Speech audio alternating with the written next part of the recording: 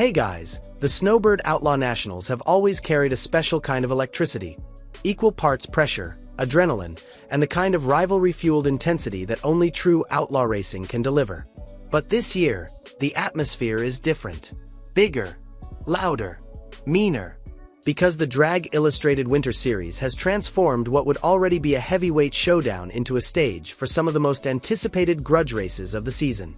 And right at the center of it all, two street outlaws fan favorites. Swanstrom and Jimmy Taylor, both gearing up for one of the most dramatic weekends of their careers. As the first race in the three-event series, Snowbirds, U.S. Street Nationals, and the World Series of Pro Mod, the Snowbird Nationals at Bradenton Motorsports Park attract the absolute best indoor car racing.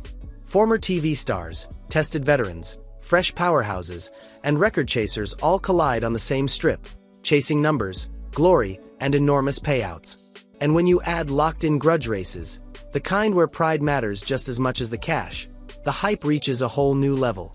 This year, before qualifying has even begun, several of the top names already have money on the line. And no one has more action booked than the man who loves betting big on himself.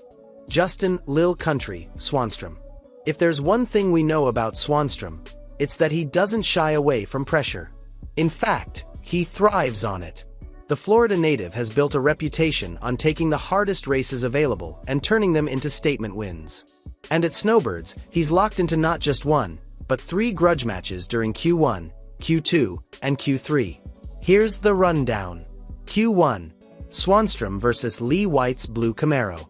Q2, Swanstrom vs. Kit Haney. Q3, Swanstrom vs. Victor Alvarez, co-owner of Bradenton Motorsports Park. These aren't soft draws. Each driver brings something dangerous to the table. Power, consistency, or big tire mastery. But Swanstrom is rolling in confident, armed with Survivor, his new pro mod that continues to show increasing potential. The car is still relatively fresh, still being shaped and sharpened through testing. But its recent numbers prove that progress is accelerating fast. At his last pro mod event, Swanstrom dipped into the high 3.70s. Solid numbers for a car still early in its development window. Anyone who has followed his career knows that once Justin and team get their hands fully around a combination, the improvements come quick and come big. Survivor's overall potential is still untapped, and insiders believe the team will push much deeper into competitive range during the Drag Illustrated Winter Series. With ideal air and a sticky Bradenton surface, Swanstrom should have everything he needs to push harder than ever. And when Justin feels confident, he's downright dangerous in grudge racing. The bigger the money, the bigger he swings. And you better believe the Snowbirds' grudge pots are big. While Swanstrom may have the most matches booked, the most talked about showdown heading into the Snowbirds is unquestionably the locked-in grudge race between two of the most feared names in modern door car racing. Stevie Fast, Jackson and the Shadow versus Jimmy Taylor and his Blue Camaro. This is the type of matchup that sucks every set of eyes in the pits toward the starting line. A true heavyweight fight. A war between legends of the radial and big tire worlds. On paper, the performance numbers already sound insane. Jimmy Taylor, 3.38 seconds in private testing on big tires at 240 miles per hour. Stevie Jackson, 3.48 seconds publicly on radials under RVW rules. But context matters. Taylor's blistering 3.38 wasn't made under legal race conditions. At Snowbirds, he must run legal weight and legal 88mm turbos. That huge power that may have touched 7,000 horsepower in test trim won't be available this time. With legal restrictions, Taylor is likely closer to 4,500 to 5,000 horsepower. Still massive, but not 3.38 territory. So what's he capable of? Expect somewhere in the mid to low 3.50s based on current predictions. Stevie Jackson, on the other hand, thrives under pressure and rules. The Shadow is arguably the most famous, most feared car in all of outlaw drag racing. Under the Drag Illustrated rules package and with killer air at Bradenton, there's a very real chance Stevie can push the car right into that same 3.50 window. This is the kind of race where the tune-up stakes are sky high. One missed call means instant defeat. The payout matters less than bragging rights. For Taylor, this is a chance to prove that his recent shockwave passes weren't flukes. For Stevie, this is a chance to remind the world that even when new names emerge, he's still the man to beat anytime bets hit the table. This grudge race alone could steal the entire show. Every racer knows Bradenton in early winter is special. The temperatures drop, the humidity fades, the air gets dense, and suddenly engines roar with extra horsepower like they're inhaling pure oxygen. Professional tuners call it hero air. That's why so many records and career passes happen here. Between the sticky prep, the weather conditions, and the all-out no-lift attitude of outlaw racers, the Snowbird Nationals create the perfect storm for insane numbers. So when you mix Swanstrom's emerging survivor, Stevie Jackson's proven shadow, Jimmy Taylor's monstrous Camaro, and multiple locked-in grudge races with big money, you get a weekend where any single pass could become a headline. Racing for a purse is one thing. Racing for a trophy is another. But racing in a locked-in grudge race? That's personal.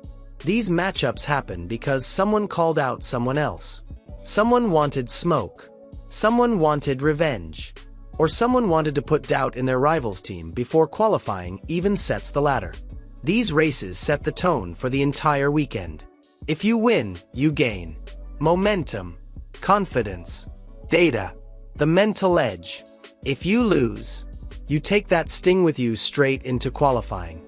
And because the Snowbirds kick off the winter series, every racer there knows first impressions matter. Set the tone here, and you roll into US Street Nationals and the World Series of Pro Mod with swagger. Drop the ball, and you spend the next 2 events playing catch-up. Everything about this year's Snowbird Nationals feels like it's teetering on the edge of something explosive. Justin Swanstrom looks ready.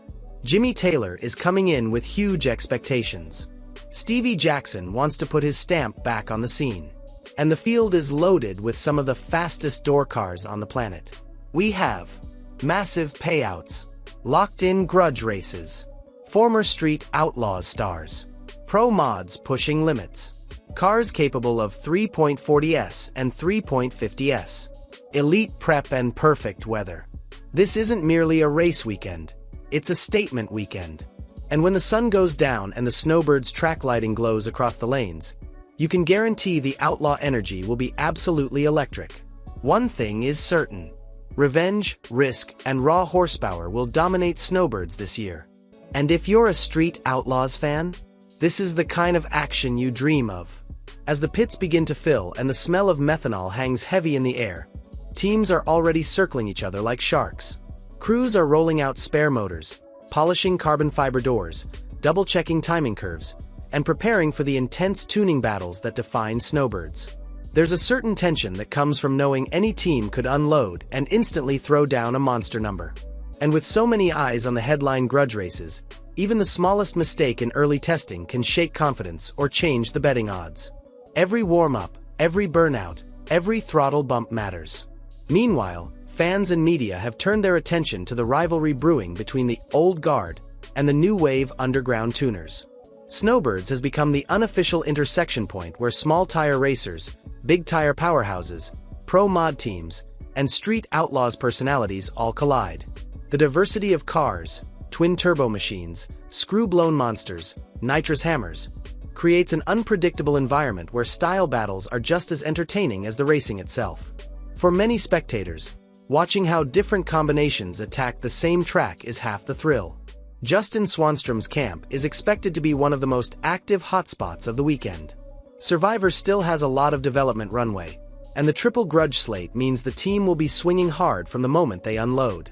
With 3 different opponents, 3 different tuning philosophies, and 3 distinct matchups, Swanstrom and tuner Kyle Pettis have to approach each race with a fresh plan. That ability to adapt is what makes Swanstrom so dangerous. Every pass gives him data. Every matchup gives him leverage.